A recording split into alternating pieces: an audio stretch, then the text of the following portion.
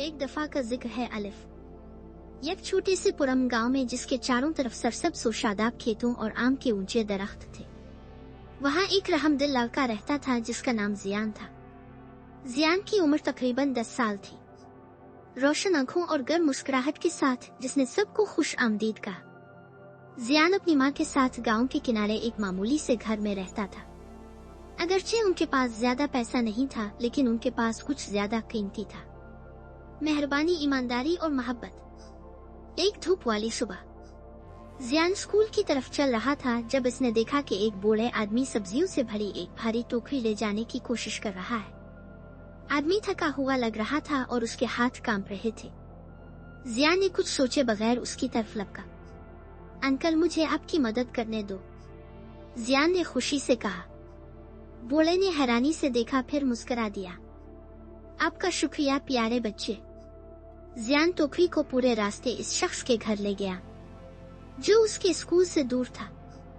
जब वो पहुंचे तो बूढ़े आदमी ने कहा, आप एक मेहरबान रूह है, नेकी हमेशा आपके साथ रहे। जियान मुस्कुराया, अलविदा कहा और स्कूल की तरफ भागा।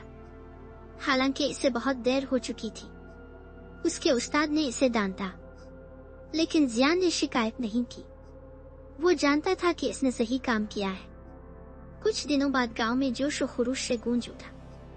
बिहार मेला आ रहा था। हर कोई अपने अपने घरों को सजा रहा था और बच्चे रक्स और खेल की तैयारी कर रहे थे। जियान खास तौर पर पुरजोश था क्योंकि इसके स्कूल में पतंग का मुकाबला हो रहा था और जीतने वाले को एक चमकदार नई साइकिल मिलेगी। लेकिन जियान के पास पतंग खरीदने के लिए पैसे नहीं थे। फिर भी इसने शिकायत नहीं की।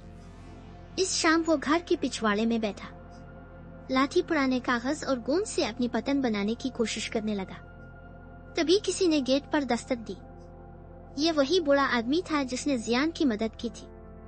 हेलो नौजवान दोस्त, इसने बड़ी मुस्कुराहट के साथ कहा, मैं तुम्हारे लिए कुछ लाया हूँ। इसने जियान को एक खूबसूरत हाथ से तैयार की गई पतंग दी जिसमें चमकदार रंग और सुनहरी दम थी। मैं जब छोटा था तो पतंग बनाता था। ये आपके लिए है, आपकी मेहरबानी के लिए। जैन की आंखें खुशी से चमक उठी। शुक्रिया अंकल। मेले का दिन आ गया। आसमान रंग बिरंगी पतंगों से भरा हुआ था। हुआ के झोंके में झूमते और नाच रहे थे। जायान ने पूरे दिल से पतंग उड़ाई। ये इस वक्त तक ऊंचा और बुलंद होता गया। इसने दीगर तमाम पतंगों को काटकर आसमान पर अकेला खड़ा कर दिया। जियान ने मुकाबला जीत लिया, लेकिन कहानी वही खत्म नहीं होती। अगले दिन जब जियान अपनी नई साइकिल पर स्कूल से वापस आ रहा था, इसने सड़क के किनारे एक छोटी बच्ची को रोते हुए देखा। इसका कुत्ते कीचड़ वाली खाई में गिर गया था और बाहर नहीं निकल सकता था। जियान फौरन रुक गया। अपने नए कपड़ों, अपनी साइकिल की परवाह किए बगैर इसने खाई में छलांग लगाकर कुत्ते को बचाया। छोटी बच्ची बहुत खुश थी। इसने जियान को गले लगाया और कहा, शुक्रिया शुक्रिया। जियान मुस्कुराया, कुत्ते को साफ करने में इसकी मदद की और कीचड़ और थके हुए घर चला गया, लेकिन खुशी से भरा हुआ। इसकी माँ ने पूछा, जियान, तुम्हारे कपड़ों को क्या हुआ? इसने इसे सारी कहानी सुनाई। इसकी माँ ने इसे मजबूती से गले लगाया और कहा, मेरे बेटे, हमेशा याद रखना, नेकी से नेकी जन्म लेती है, एक नेकी दूसरी नेकी लाती है। हफ्ते गुजर गए। एक शाम आसमान पर सिया बादल छा गए और गांव में एक बहुत बड़ा तूफान आया। हुआ चल रही थी, दरख्त गिर गए थे और बहुत से घरों को नुकसान पहुंचा था, जिसमें जायान भी शामिल था। उनकी छत उड़ गई और उनके छोटे से घर में पानी भर गया। अगली सुबह जब वो अपने तबाहशुदा घर के बाहर खड़े थे, सोच रहे थे कि क्या करें, कुछ हैरत अंगेज हुआ। एक एक करके गांव के लोग मदद के लिए आए।